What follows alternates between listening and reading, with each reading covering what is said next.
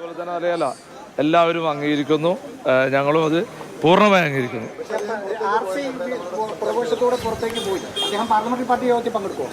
അദ്ദേഹം പുറത്തേക്ക് പോയത് സത്യമാണ്. പുറത്തേക്ക് പോയിട്ട് അറിയില്ല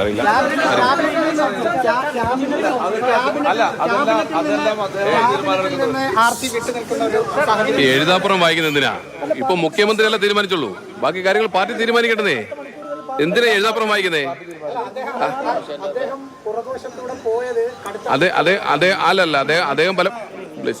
അദ്ദേഹം പലപ്പോഴും ആ വഴി ഉപയോഗിക്കാറുണ്ട്. അദ്ദേഹം പോയി, അതിനിപ്പോ എന്താ? അദ്ദേഹത്തിന്റെ വീട്ടിലെ വഴിയല്ലേ ഉപയോഗിച്ചത്. എന്തിനാ അസ്വസ്ഥരാകുന്നത്? നിങ്ങളെ രാവിലെ വന്ന് കണ്ടില്ലേ? നിങ്ങളെ രാവിലെ വന്ന് കണ്ടിരുന്നല്ലോ. പ്ലീസ്.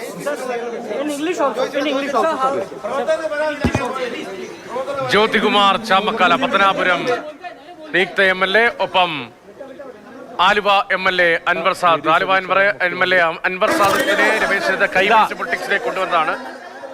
അവർ രണ്ടുപേരും രമേശ് ചെന്നിത്തല വീട്ടിൽ നിന്ന് മടങ്ങുന്നു.